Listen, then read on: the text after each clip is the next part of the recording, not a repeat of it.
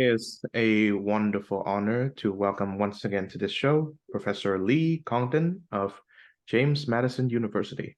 Um, I believe in our last conversation we talked about George Kennan, and this time we're discussing his book Exile and Social Thought: Hungarian Intellectuals in Germany and Austria, 1919, 1933.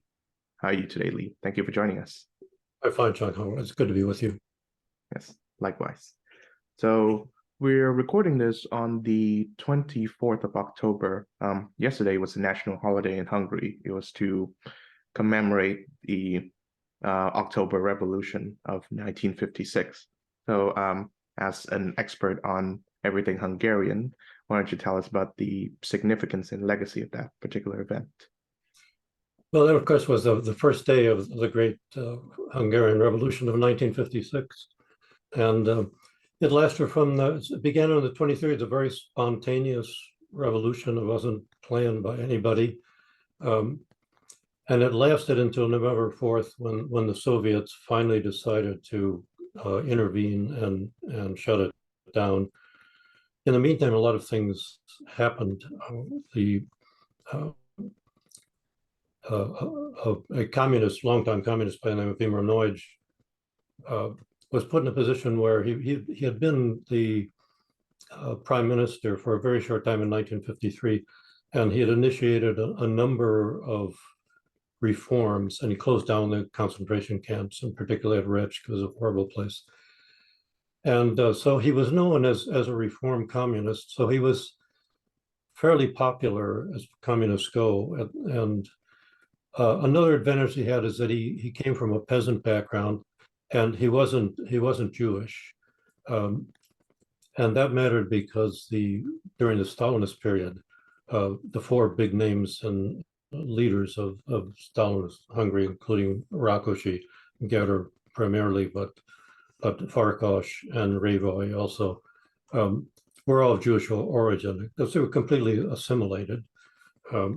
But nonetheless, they were of Jewish origin, and so whereas Neudge was not, and that plus his reform efforts, which lasted until 1955 when the Soviets decided that it was a little too much reform for their taste, so they returned Rákosi to power, and Neudge was thrown out of the party.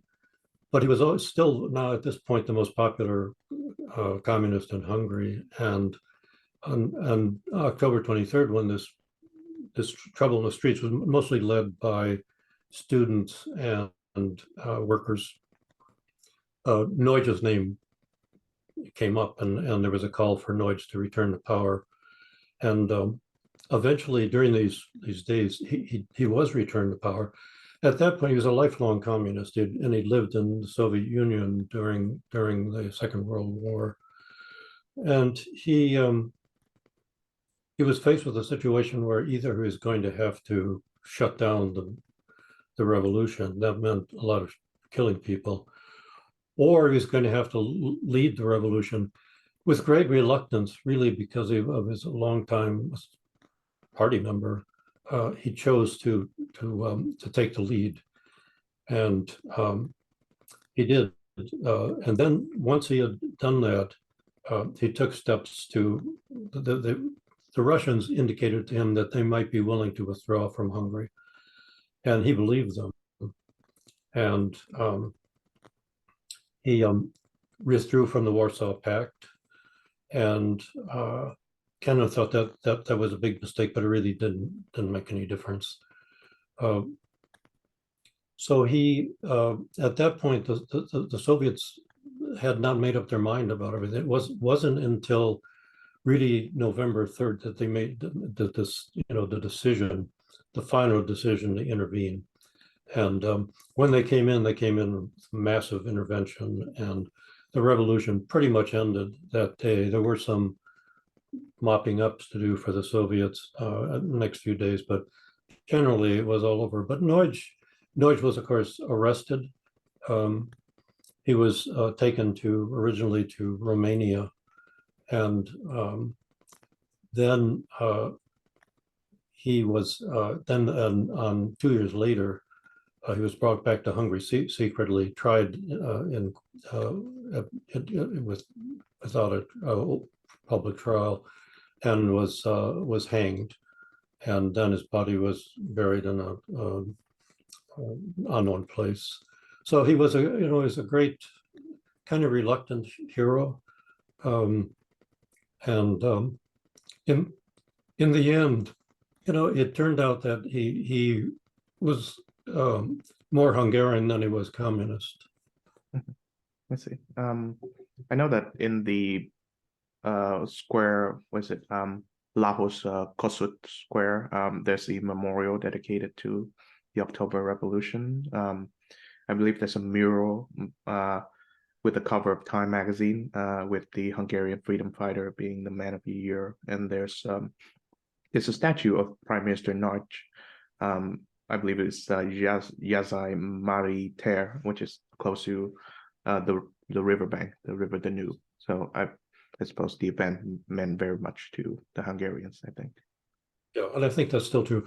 It's once the communist regime was over, there are people who look back and say, well, he wasn't the worst, but I mean, he still was a communist.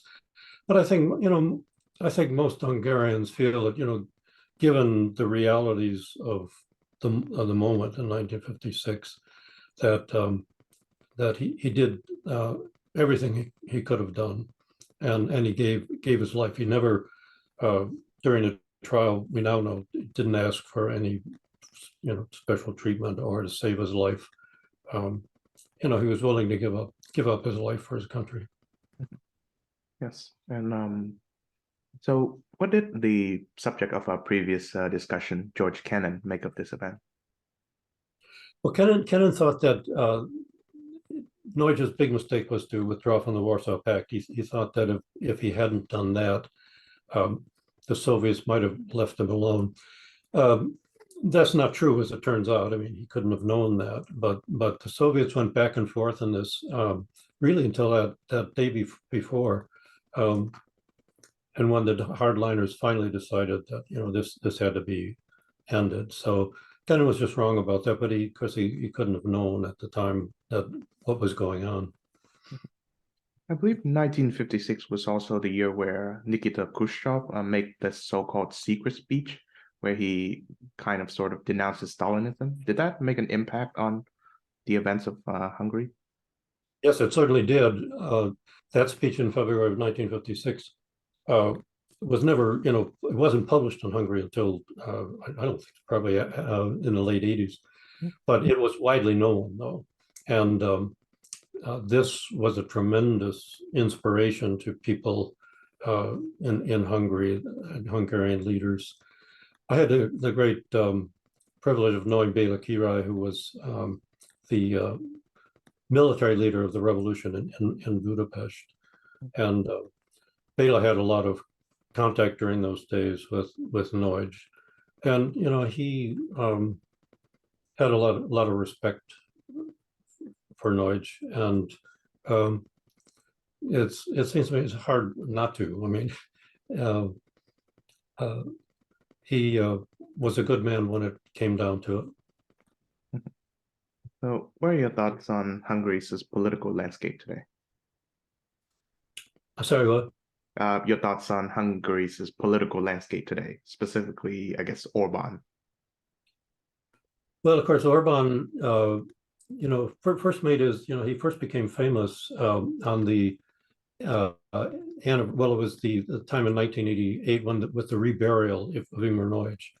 And there were a number of people who made famous speeches. Béla Király was one. And Orban was another. He was a very young man at that point, but he was sort of the leader of the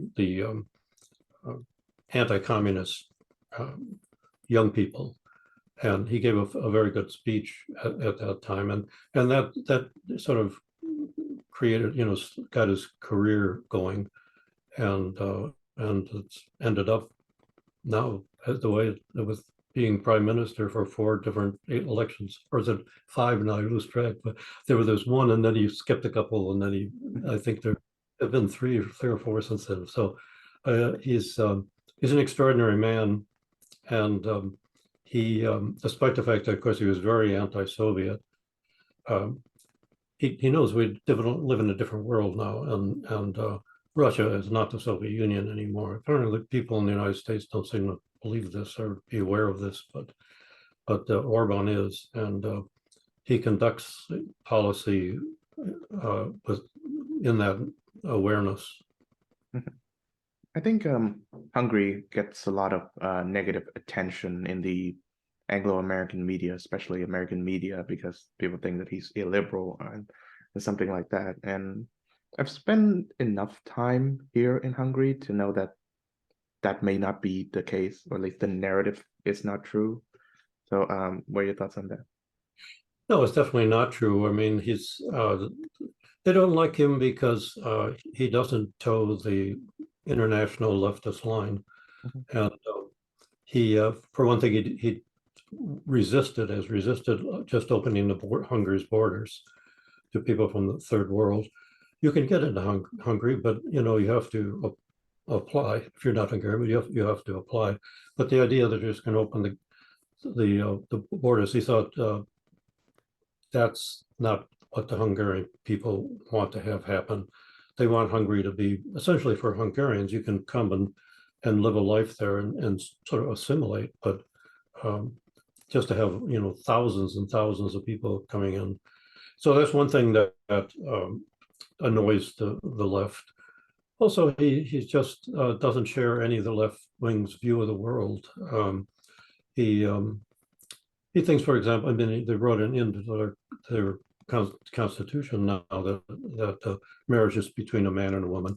This used to be sort of obvious common sense, but in the West, it's not anymore, and so they very much hate that. They dislike the fact that he constantly refers to the Christian origins of Hungary. That doesn't mean that everyone in Hungary goes to church or anything, or that you have to be a Christian to live in Hungary.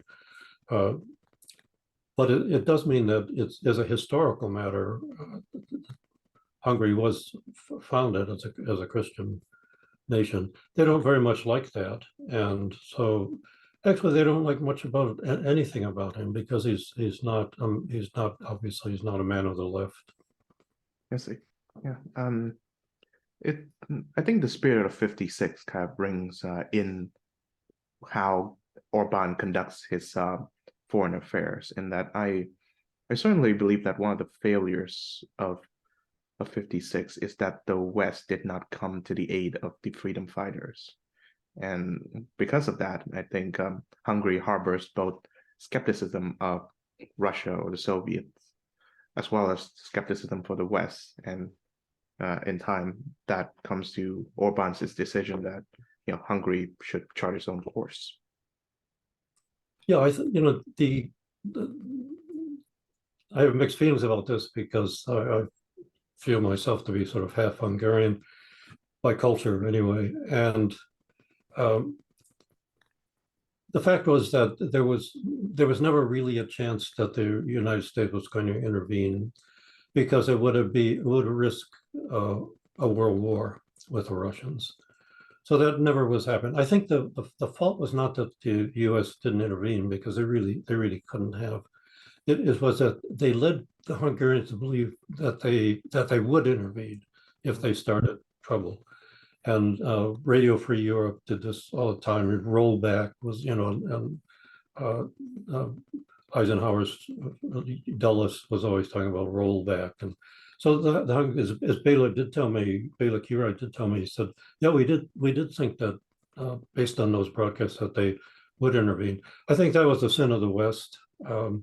Not that they actually didn't intervene, because that they really couldn't do that without risking World War III. So let us speak about your book, Exile and Social Thought. It was published in 1991, so it was quite some time ago. So from your best recollection, what are some of the circumstances that led you to dive into this subject? Well, I had written the first book I wrote was a biography of the young Georg Lukács, and that covered the years from when he sort of came of age. He was born in 1885, as I remember, and he these years covered up to 1919 when he had to leave Hungary. But although Lukács was the center of that book, the book really does cover the whole intellectual world of Hungary from 1900 to 1919. When I finished with that book, it was a lot of these people who were well known in Hungary during those years left Hungary for very different reasons. Some of them would have been arrested because they were involved in the Hungarian Soviet Republic of 1919. It lasted 133 days of unpleasantness. And some of them were of Jewish origin. And at that point, something that was completely unusual in Hungary began, and that was anti-Semitism. Before the First World War, Hungary was probably the best place in the world for Jews. They part of it was they assimilated readily, and the Hungarians took that as a great favor. So they were very well treated. The government from the late 80s until the outbreak of the war was philo-Semitic, and it was a conservative liberal, so they weren't Democrats, but they were real actual liberals of a conservative type, but they were very philo-Semitic.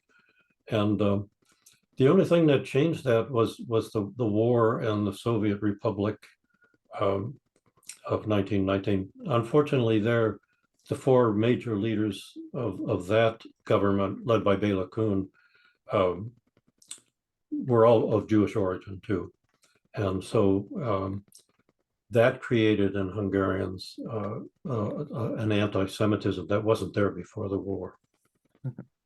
Yeah, so of all the intellectuals that you've profiled in this book, I think Lukács is the one that I know the best. It's not that I know too much about him.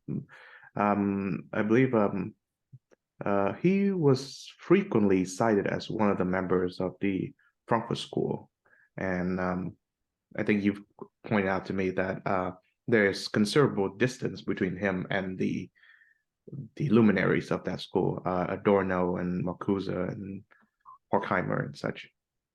Sure. Yeah, it's not true. I mean, they did have. I mean, the Frankfurt School was influenced by Lukács, but he was never a member of the Frankfurt School. He was really well to the left. What I would say about Lukács is, he was one of the most extraordinarily well-educated men that I've ever writing about Lukács as an education. It was an education itself. I mean, I had to learn all kinds of things because he knew so much. When he was 25 years old, this was long before he became a communist. When he was 25 years old, he wrote an unbelievably great book on modern drama. And it has been translated into German, but I don't think in English yet. And he was 25 years old when that book came out. You would think that he was, 55 years old. I mean, he was so knowledgeable. In my view, Lukács was the greatest thinker the left has ever won over. I think he was smarter than Marx, who was a pretty smart guy himself. I don't think anyone comes close to Lukács. He was just an incredibly learned, brilliant guy. And I'm sorry he gave himself over to the system.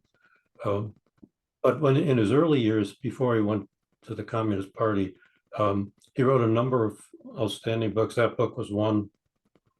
Another book that Thomas Mann was very much admired. He got to be fairly well known in European, Central European, and even Western European circles. And But by the time, he became a communist in 1918 and left Hungary, and then had participated in the Soviet Republic and been sort of the cultural czar. And so he had to leave Hungary in 1919. And so that's what took him mainly into Austria, although then later he went on to Germany.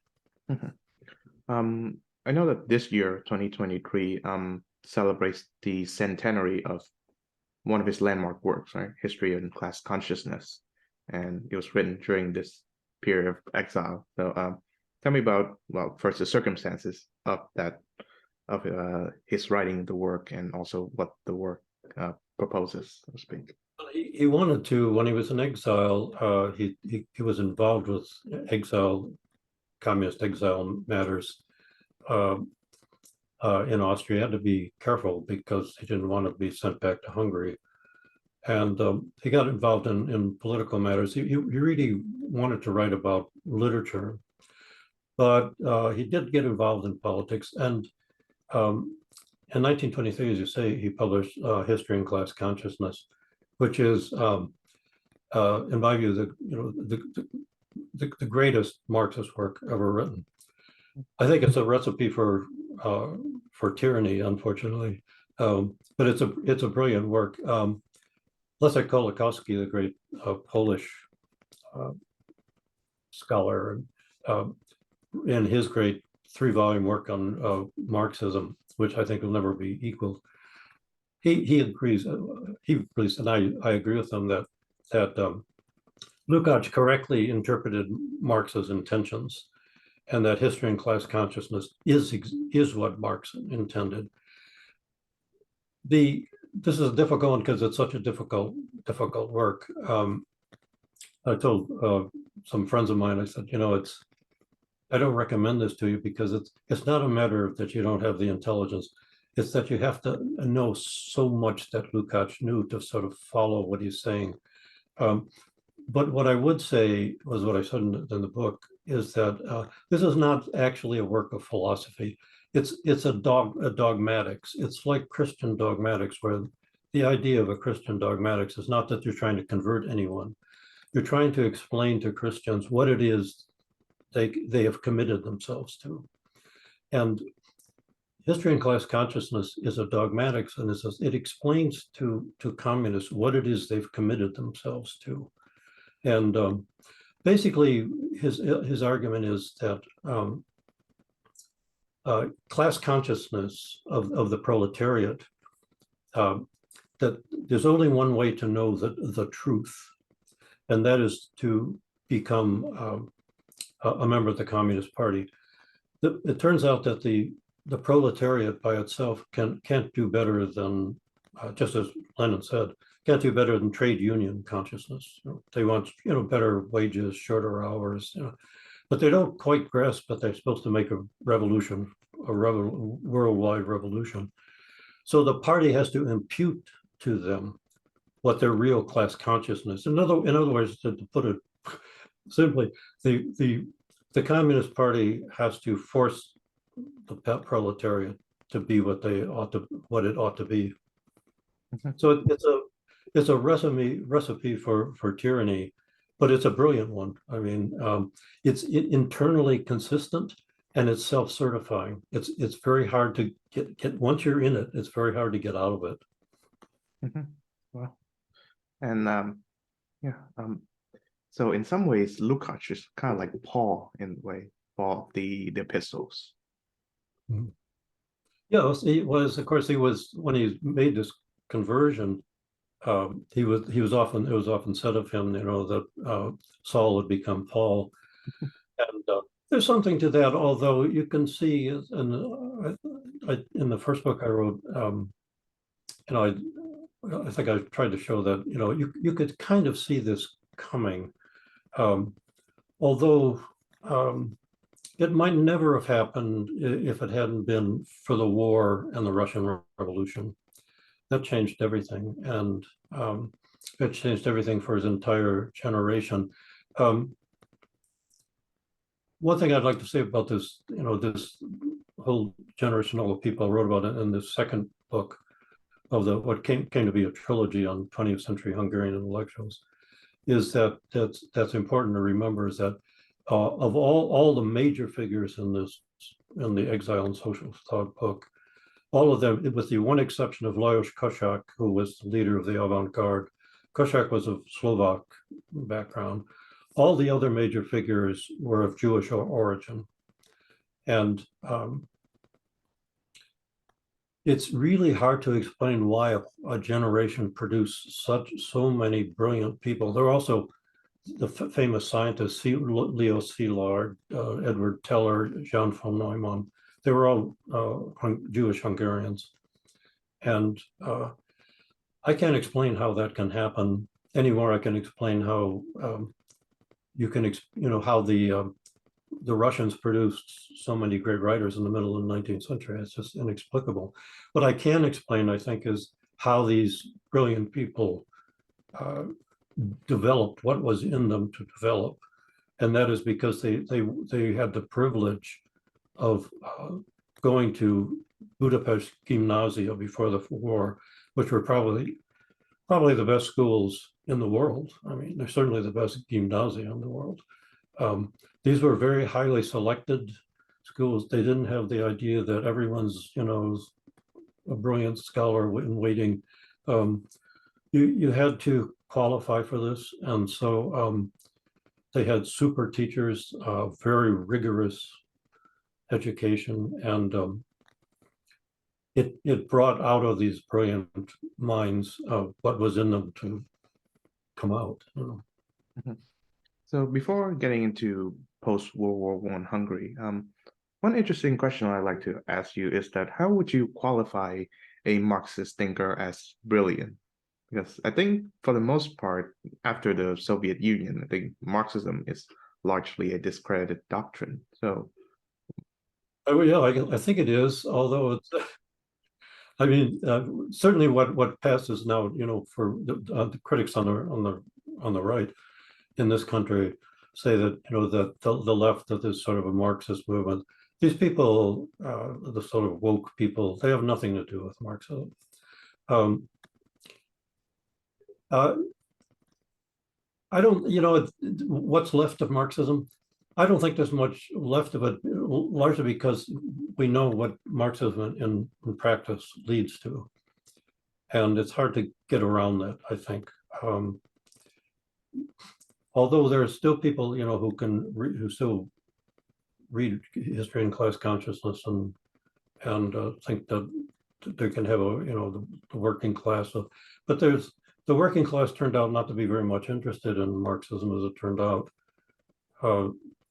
So I think it is pretty much a dead business, and certainly what people think of as Marxism in this country now is really has nothing to do with Marxism. These people could never get through history and class consciousness. They wouldn't even try.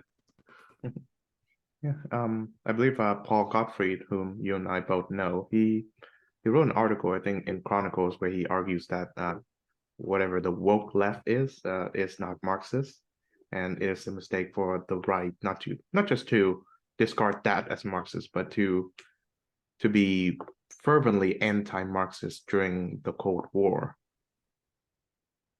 Yeah, Paul's right about that. I mean, these people are they're not Marxist, and I don't know, it's better if we just drop this whole thing about being Marxist. What is interesting though is, when we compare to what passes for the left now, makes some Marxists like Lukács or Marcuse or people like that. These people, I didn't agree with these people. I'm sorry they became Marxists, but they weren't stupid. And they didn't go around thinking men can be women and women can be men, or the kind of stuff that goes on now. They were intelligent people, and I have a certain respect for them. I'm sorry that they made the decision in Lukács's case, that they did. But living with Lukács, I wrote a piece for the Hungarians once to just go living with Lukács, and because just what I mentioned to you earlier, that it was an education to follow his career and write about it. Yes, and I think Marcuse was the topic of that when Paul Gottfried was in my podcast. We discussed about him, and to the extent that he was misinterpreted, so to speak, by the trendy right these days.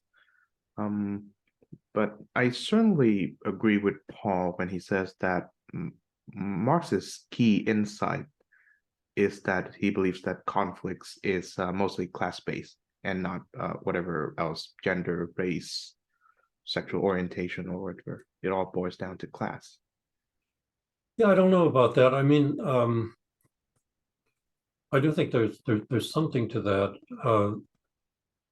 It's really hard to tell what the real clashes are among people, because the ideology now is so crazy that it's hard to think how you can argue with people. Whereas you could argue with Lukács, you'd probably lose if you did, but you could, or Marcuse. Paul had studied with Marcuse, and I think it was Brandeis, or was it Yale, I guess. Yeah, he's a smart guy. I think I think less of Marcuse when he went out to California, kind of strange. But in this book, I cite one of his articles, because he was a student of Heidegger's, and he was also knew Lukács's work very well, and so he was a smart guy. But California will do it to anyone, I'm afraid. Unfortunately so. So tell me about what I guess the socio-political situation of Hungary after the First World War. After the First World War, there was a counter-revolution led by Admiral Miklos Horthy, and the Horthy regime had its anti-Semitic thing. It was one of these cases where Horthy had Jewish friends, and but he did have a weakness for anti-Semitism. It was, as I said, largely, not completely, but largely caused by the Hungarian Soviet Republic and the Jewish leadership of that, or the Jewish Hungarian leadership of it. So the government under Horthy, it varied. At first, there was a white terror right after the war that sort of matched the red terror under Béla Kun. But in 1921, he named a new prime minister's name. I'll come back to me in a minute. Who was a kind of old-fashioned conservative liberal. And those years were from 21 to 31. Those years were it was a very conservative government, but the regime, the anti-Semitism was fairly kept under control. And a lot of the Jews left because they thought things were not looking very good. But when we turned to the 30s, things got much worse. And after Hitler came to power, the governments then turned very pro-German and sympathized Nazi sympathizers. Gumbusch was a famous one. He came to power in 33. His bite was actually worse than, I mean, the other thing, how was it called? He sounded worse than he was. But nonetheless, he was the first national leader to visit Hitler after Hitler came to power. So Gumbusch was a problem, but they came after he died in 1936, and then those who came after him were even worse. And so Hungary just fell under the control of the Nazi regime, and things got really bad after that. The people who left, they weren't all going to be arrested or anything, but they all saw that for a Jewish Hungarian, that the future there wasn't good for them. And so what a lot of these people did is go to school in Germany. That's what a lot of the scientists did. And someone like the avant-garde like Moholy Nagy, he was of Jewish origin too. He was an extraordinary artist, and he served in the First World War and was wounded, as I remember. And he left because he just thought, there was a better future for what he wanted to do, become an international artist, and so they left for different reasons, better opportunities. Sometimes it wasn't just that they were afraid of being arrested or something, but most of them were, especially those who were of Jewish origin, almost all of them were bilingual. That is, they already spoke German, and so they had no. That was not true of Koschak, who did not speak other languages, and he returned to Hungary in 1926, partly for that reason. So, from my understanding, it was the first year that Hungary was like a bona fide independent country. It was severed from the Empire Austro-Hungarian, and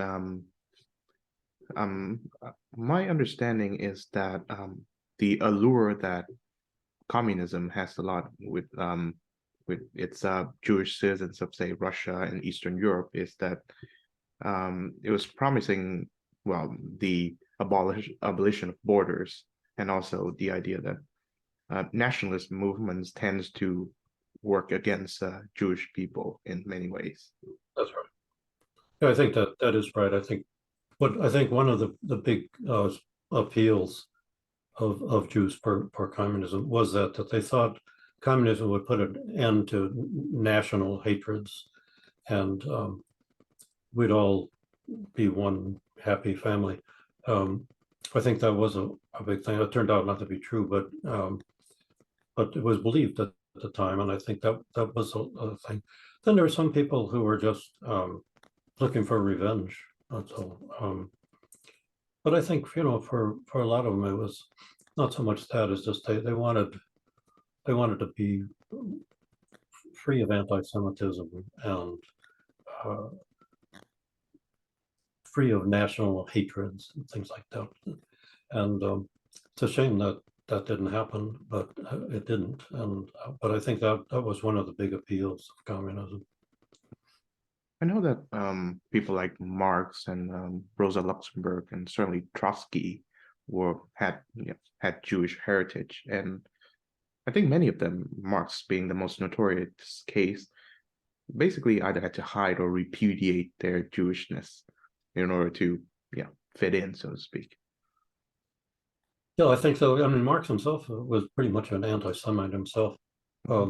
That's a strange thing that you would seem odd, but there are Jews who are anti-Semites. I think they were they didn't want to think of themselves as Jews, and assimilation requires two things. It requires, of course, let's say if you're Jewish, it requires that your willingness to assimilate, but it also requires the receiving end to accept your assimilation. And that's in Hungary, after the First World War, that was no longer the case. Now, the pre-war days, when Jews were very welcome, assimilated Jews were very welcome, that changed after the First World War. And so, I think that's always a Jewish problem, and maybe it's a problem for any people trying to assimilate, is that they have to be willing to do it, but they have the receiving side have to be willing to accept them, and they don't always accept them. So I think that's a problem, and I think that was a problem for a lot of Jews in Hungary after the war. Mhm. I think a lot about that Shakespeare play, Merchant of Venice, and whether the ending was happy for Shylock or not. I believe I remember that at the end, he did the act of assimilation. He converted to Christianity, and um, and he accepts the way of mercy instead of justice. He doesn't demand the pound of flesh from Antonio anymore, and it's a rather ambiguous reading of whether that signifies like anti-Semitism in Shakespeare's part or not. Yeah, I don't, that it's such a great play that, I never think of Shakespeare. I have a good friend who's a big expert, is a Jewish friend, and he's a big expert on Shakespeare. Forgotten more about Shakespeare than I know, and but he's always telling me, one thing he was taming of the shrew, and he told me, well, Shakespeare wasn't sexist, And I said to him, who cares whether Shakespeare's a sexist? He's a gigantically great writer. Who cares whether he's a sexist or not? And first of all, that's just a made-up word anyway. Shakespeare wouldn't know anything what you're talking about. Um, that's a great play, and you're right. It's with a writer so great as Shakespeare is, you can't reduce this to some kind of whether he had correct political views or not. He's just he's above that. This is literary greatness. Yeah, I think it goes the same with Othello and also Taming of the Shrew, whether he has like racial prejudice or prejudice against the other sex. Yeah, I don't know what is, whether he had any prejudice. Again, I just think it's when you're talking about that kind of greatness, it's a trivial subject, actually. I wouldn't say it's always a trivial, but it is in his case. So, what was Hungary like for the Jewish community, those who didn't have the fortune or the imperative to go to Germany and Austria, like the intellectuals that you profile? Well, what was it like in Hungary or for the Yeah, Jews who yeah. remained? Between this period of 1919 to 1933. Um, Actually, things for Jews who stayed were pretty good in Hungary until it was. But once we get in the 30s, things got really bad, and um, that's that's when things for the Jews became extremely dangerous. The thing is, that it was like a lot of the German Jews who stayed in Germany. When you went and you wonder why didn't they leave? Because they thought of themselves as loyal, and they were loyal Germans or loyal Hungarians, and they thought of themselves primarily as Germans or Hungarians. I mean, so I used to ask my students about whether Felix Mendelssohn was Hitler was supposed to have said, get that Jew's picture down from the wall or something. And so I'd ask my students, was he right? I mean, doesn't mean you're in favor of killing him, but was he right that Mendelssohn was really a Jew? And to me, Mendelssohn, Felix Mendelssohn he identified with the German people. He was one of the great German composers. Um, he thought of himself as a German. I think it's ridiculous to say, well, no, he's really still a Jew. I mean, he was of Jewish origin, but he chose to be German. I think assimilation is possible.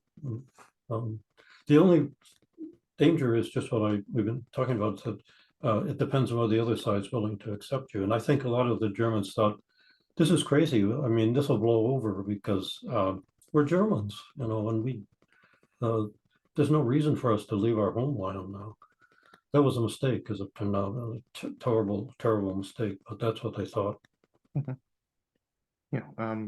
Given that what is happening now in Israel, I wonder if the reason why Zionism as an idea doesn't take on as in those decades. I know that Herzl was born here in Hungary, right? Yes, that's right. I wonder if the reason why his idea didn't caught attention and popularity amongst the Jews is that he was, in some ways, he was making the Jewish people at that time choose between their Jewishness and their adopted nationality, and many were not willing to make the choice. Yes, I mean, it varied in Eastern Europe, of course, but in Poland, most of the Jews did not assimilate. But in Hungary, they did. And so that was a much different situation. And although the interesting thing is the Hungarians and the Poles are the two peoples in Eastern Europe that like each other. I mean, they're very close. And I never met a Hungarian didn't like the Poles, and they just have this long history of friendship. But it was a very different situation for the Jews of Poland, and of course almost all of them were murdered. A good many of them were murdered in Hungary too, but it's mainly after the Germans took control of the country in 1944, and then they started, and Eichmann came and they started shipping them to Auschwitz. But a lot of them survived, and fortunately, and but it was, I think, the same thing for the Hungarians. They thought of themselves as Hungarian, and they thought that this is craziness, and we're Hungarians, we're not Jews. When Georg Lukács was trying to get an academic position in Germany in I think it was 1918, early 1918, he was turned down, and his father, who was a very wealthy banker, and it was knighted by Franz Joseph. Not by Franz. Yeah, I guess it was by Franz Joseph. He was couldn't understand why, because his son had all these credentials, and someone said to him, "Well, you have to understand that although he's brilliant and he has all these credentials, the fact that he's a Jew was harmed his chances." And the senior Lukács says, "Well, Jury," that was his short name for George, says, "Jury is not a Jew." And that was the attitude. I mean, he said, "My son's not a Jew, he's Hungarian." So, was the cause of the exile more because of these Lukács and these figures' pro-Soviet sympathies, or more because of the growing anti-Semitism at the time? You mean why he converted to me? Why they left Hungary for Germany and Austria? Oh, well, in Lukács's case, since he had been a major figure in the Soviet Republic, he had to leave. He would have been arrested, and I don't know what would have happened to him. Some of the others, someone like Karl Mannheim, he was not a communist, but he did accept an academic position in the short period of the Soviet Republic, and he thought, he was of Jewish origin. He thought it might be better to go to Germany. I think that was true in the case of Bela Balázs. He was part of the Soviet regime, and he would have been arrested, so he had to leave. Someone like Mohaly Deutsch, he just left us, I think, because he wanted to become a part of the international avant-garde. He thought Hungary's too provincial and too rural. He loved big cities and technology and stuff like that. So he wanted to. He headed as fast as he could to get to Berlin, and so there were different reasons why they left. Kolnoy, who is one of the most, was a favorite of mine. He was also of Jewish origin, and but he converted to Catholicism by reading G.K. Chesterton, and he's a really brilliant guy. And his later work, he finished his life in England, and he was an extremely intelligent, moral philosopher, and a guy with a great sense of humor too. I knew a cousin of his who knew him, and he liked to build things, strange stuff where you could make balls roll down things, and but Kolnoy was completely became a Catholic, and but he did say in his memoirs that even though he felt himself to be during the First World War completely Hungarian, still he said it's in the end it was easier for a Hungarian of Jewish origin to side with the Allies during the First World War than it was for Gentile Hungarians. I'm not sure that's true, but he believed it was true. And he was, as I said, completely assimilated insofar as people would let him be. Yes, and I'm sure if you are from Hungary and then you visit Vienna or Berlin, you certainly find that where you're from is a bit provincial compared to them.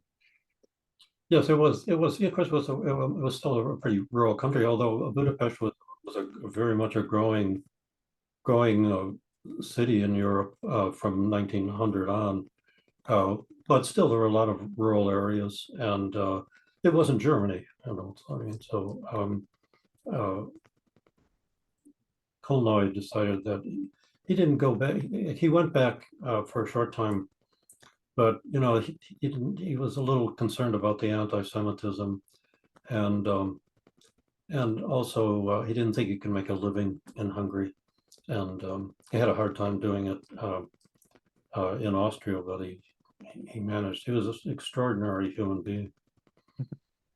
So tell me about how Lukács allied himself with the communist cause. Well, he was married. His first wife was a Ukrainian woman and a communist, and that was part of the thing that led him to it. I think too. He joined the party a few days after his attempt to get a habilitation at a German university was turned down, and then one of the communists who had an influence on him at the time was I can't remember, it was the brother or it was a relation of his first love, Irma Zeidler, who killed herself in 1911, jumping into the Danube, and a lot of these things. He was always hostile to bourgeois life. He detested his mother, and she was a very bourgeois Austrian woman. She didn't speak much Hungarian, and he liked his father all right, but he really disliked his mother. And he associated her with, this is what the bourgeoisie are like. And so it was a lot of different things. He was very knowledgeable about Russian literature, and particularly Dostoevsky.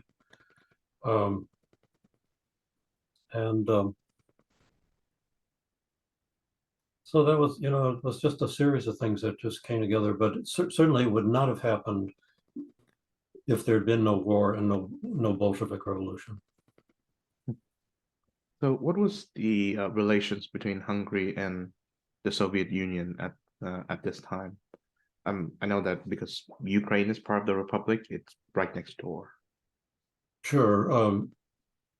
Well, of course, when Bela Kun, who was, the leader of the Hungarian Soviet Republic, he had been a POW in Russia, captured during the war, and he was converted to communism while he was a POW.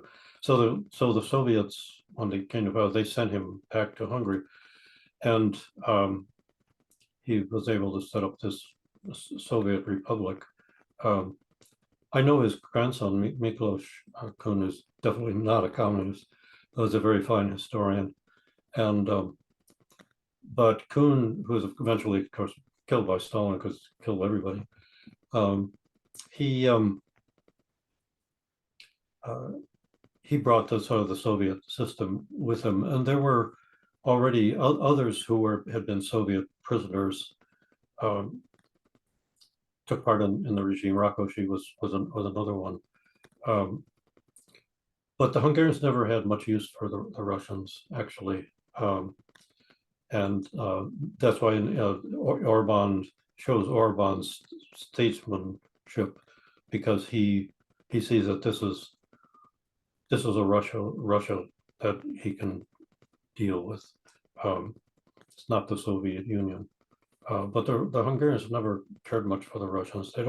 Um, they don't care a whole lot for other peoples in East Central Europe, except the Poles, where they just the Poles can do no wrong. And uh, um, there are others that they get along with all right. But the Hungarians did have uh, a kind of sense of superiority to Slavic peoples, I think is fair to say. I mean, that may not be completely fair. I always had that feeling that they sort of had a sense of superiority. Of course, they ruled over a lot of Slavic peoples for a long time, and that being the second rulers in the Austro-Hungarian monarchy, that probably had something to do with it. That they thought that they were a little more culturally sophisticated than Slavic peoples were. Hard to see that when you're talking about Russian literature, but So, what did Lukács think of Stalin? well, I think it's pretty clear that he didn't have much use for him, but he wanted to stay alive, and so he was. Well, there were two reasons. One, he wanted to stay alive, and second, he'd already argued in History and Class Consciousness that truth is party truth. What the party says is true. So he was not in a good position to say that Stalin was wrong about something. I think he's like all of them. He was terrified of Stalin. And he had good reason to be. He killed all kinds of Hungarians. There's a wonderful book by Gyula Hai, who was also in this book, but he was a dramatist, and during the Weimar period, after Bertolt Brecht, he was the most famous dramatist in Weimar Germany. He's a very talented guy, and later he was a friend of Arthur Kessler's. Later he became one of the dissidents and leaders of the 1956 intellectual leaders of the 1956 revolution. But I forgot I was going to go with this with High, but he was one of these talented people who very slowly began. Oh, I know what I was going to say, because he was, when he was in the Soviet Union during the war, he said, you never know when the knock comes at the door, usually about 3 a.m, when they're going to come for you or not. And so people live in this kind of constant terror. And so whatever Stalin said, they didn't, as the one joke had in Hungary, that Stalin says something, he says, I think I can say that without fear of contradiction. No, they were terrified. So going back to one of the previous questions, was Stalin a good Marxist? Stalin, a Marxist. I think in a way he was. He wasn't. I don't think he had the same understanding of Marxism that Lukács had. I think he probably was a Marxist, but I don't think that was ever the deciding feature of him. I think for him, the deciding feature was always the maintaining power. So but Marxism was the only legitimizing ideology they had. I mean, otherwise, if without that, it's just a criminal organization. That's all. So they had to pretend that some of them, there were plenty of them believed it. Some of them just thought that there's no way we can't give up on the ideology, or else we're going to stand here naked as just naked power grabbers. Well, I'm actually currently reading Paul Johnson's short biography of Stalin. I think The Kremlin Mountaineer. Johnson is also a great historian who passed away this year. God rest his soul. Yeah, yeah, and there's a lot of good works on Stalin, and there's a kind of endless fascination with him because he was at the pivot of so many historical events, so that however evil he was, and he was still a historic figure. I mean, in that sense, like Hitler is a horrible, evil figure, but he's historic in the sense he's at the center of major historical events, and there's a kind of endless fascination with both men. I mean, there's no end to biographies of Hitler and Stalin. They just keep coming. And since the fall of the Soviet Union, it gave historians, Stephen Kotkin, for example, at Princeton, very an outstanding student of Stalin's life. And there are others. Martin Malia was also deceased now. I think was one of the best Americans of understanding the Soviet Union and the Stalinist regime. But there are a lot of others, and it's hard to imagine they're going to find out, much more that we don't already know. But there is, as I say, there's a kind of fascination with historic characters, even when they're evil.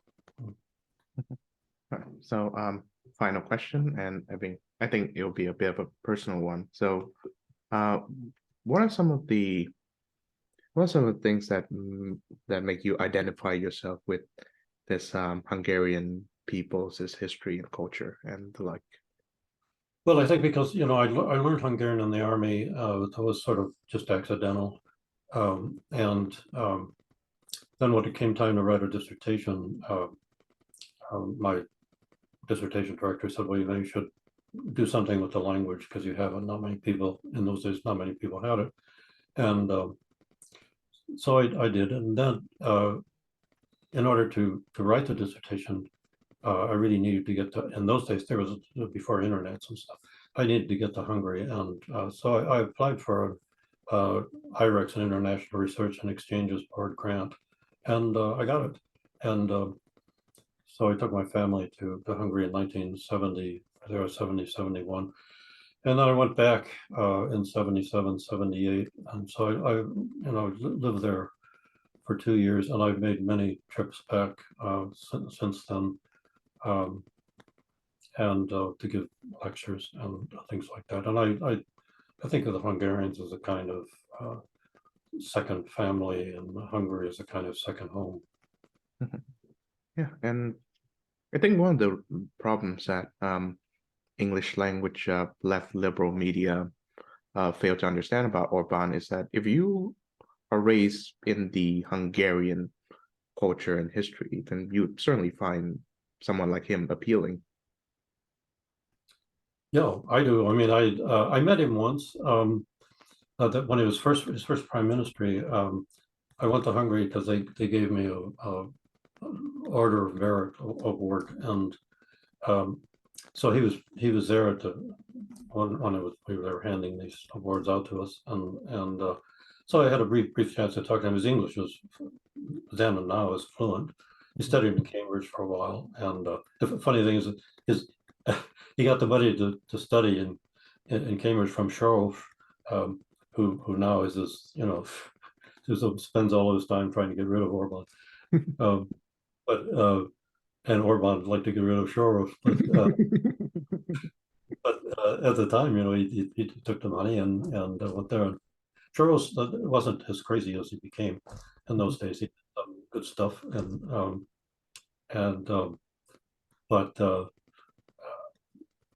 but Orban was, yeah. I mean, since I'm myself on the conservative side, and to put it charitably, and